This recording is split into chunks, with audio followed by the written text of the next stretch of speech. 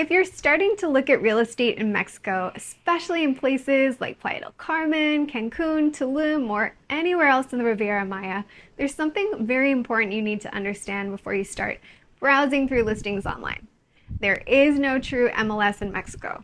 And if you're coming from Canada or the United States maybe, that can completely change the way that you search for property, compare options, negotiate, and ultimately protect yourself as a buyer. Hi everyone, welcome back to the Paradise Listings channel, where we walk you through everything you need to know if you're considering making Mexico home. I'm Sarah Rose.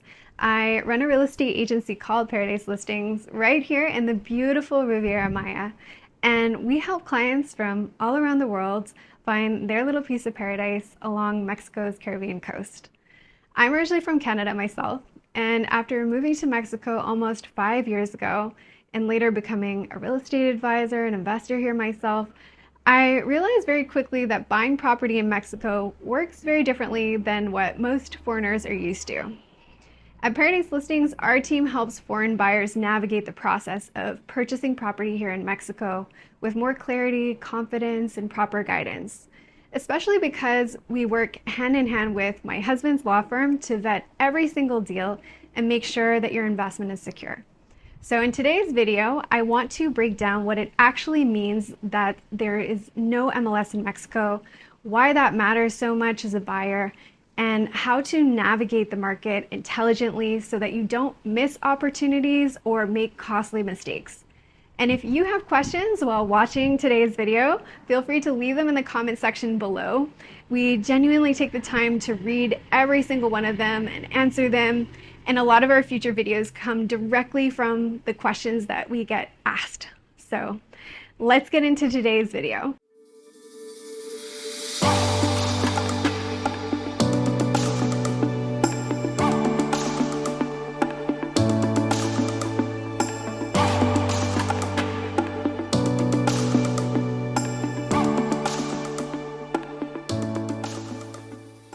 All right, so let's get into it. So first of all, what is an MLS? MLS stands for Multiple Listing Service. In Canada and the US, most real estate agents operate inside a centralized system where properties are shared publicly between brokerages. Agents can usually see the same inventory, historical sales data, price reductions, days on the market, commission structures, and a lot more information.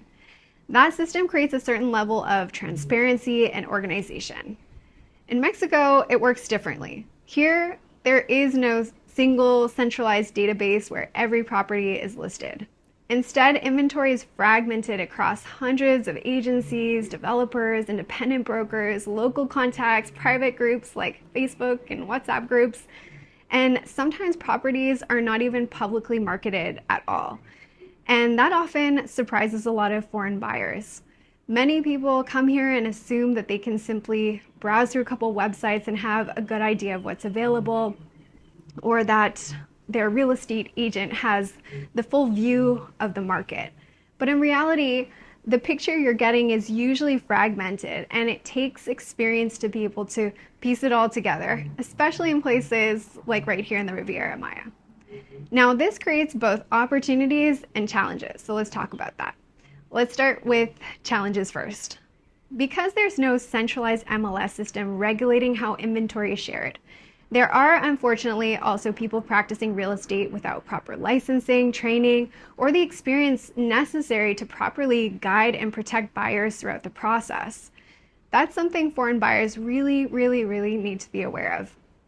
In Mexico, especially in fast-growing markets like the Riviera Maya, the barrier to calling yourself a real estate agent can appear very low from the outside, even though the state requires proper accreditation.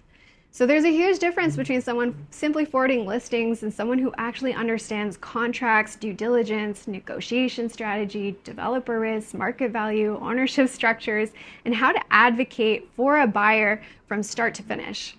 Without the right representation, buyers can end up receiving conflicting information, inaccurate pricing, unrealistic promises, or being guided towards opportunities that were never properly vetted in the first place. And sometimes the risk isn't immediately obvious. It can show up later through poorly written contracts, hidden costs, construction delays, weak resale potential, unrealistic rental projections, or legal issues that should have been identified earlier in the process. That's why who you work with matters so much here. A good advisor isn't just opening doors or sending you beautiful listings.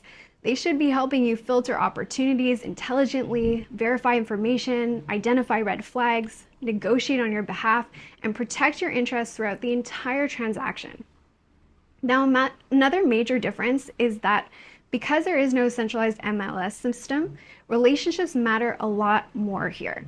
The best opportunities are often found through local networks, direct developer connections, relationships with other agents, off-market conversations, or simply being very active on the ground. This is one of the reasons why working with the right advisor here matters so much, because part of our role is not just opening doors to properties, it's helping buyers like you filter through the noise and verify information, be able to compare opportunities properly, and access inventory that you might not be able to find yourself online. And sometimes buyers initially think they can save time by contacting every listing agent individually themselves. But what often ends up happening is they open themselves up to a world of overwhelm because they start getting bombarded with messages, duplicate listings, conflicting information, maybe pressure tactics, or no real strategy guiding the search. That's where having one trusted point of contact becomes incredibly valuable, especially if you're buying remotely from another country. Now let's talk about the upside of the system, because yes, there are actually advantages too. The Riviera Maya is still relatively relationship driven and less standardized than many North American markets. And because of that, there can actually be some incredible opportunities for buyers who are well positioned. For example, we often come across developer incentives that are not heavily advertised, early pricing before projects officially launch, motivated resale sellers, flexible payment plans, inventory releases, or negotiation opportunities that may never appear publicly online. Sometimes we hear about opportunities before marketing even begins, and that's where local presence and market relationships really matter.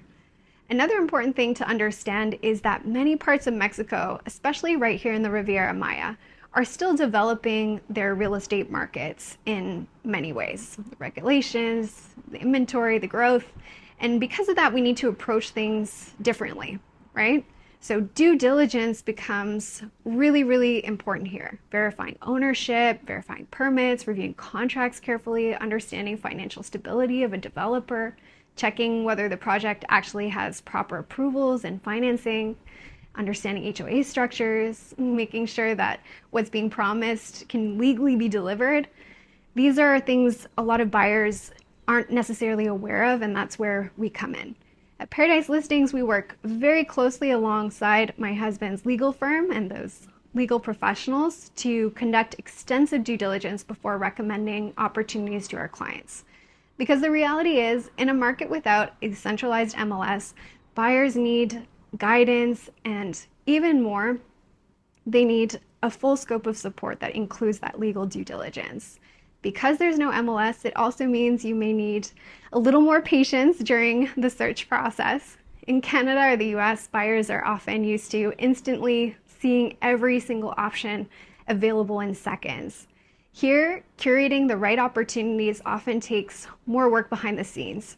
Sometimes we're reaching out directly to developers, we're asking questions, confirming inventory manually, verifying pricing or legal folders. So sometimes we're really doing that initial step of due diligence before we send options. A good advisor here is not just sending listings, they're actively researching and filtering and verifying and advocating for you throughout the process.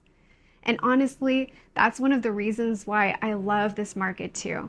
It still feels really human, relationship driven, it's local, there's nuance to it. And for buyers who approach it correctly, it can be an incredible place to invest and relocate or build a completely new chapter of life. Not having an MLS in Mexico does not mean you shouldn't buy here. It simply means you need the right guidance, proper due diligence, and realistic expectations about how the market functions here. Who you work with really matters. How you buy your property really matters, not just what you buy. And once you understand that, the process becomes much less intimidating. So if you found this video helpful, make sure to like, subscribe, and turn on notifications because we post new videos every single week about buying real estate in Mexico. We talk about all things investing in the Riviera Maya, relocation, legal considerations, lifestyle, and everything you need to know before making a purchase here and making this part of Mexico home. And again, if you have any questions, feel free to drop them in the comment section below this video because we genuinely love hearing from you, and your questions often inspire future videos for the channel. Thanks so much for watching, and we'll see you in the next one.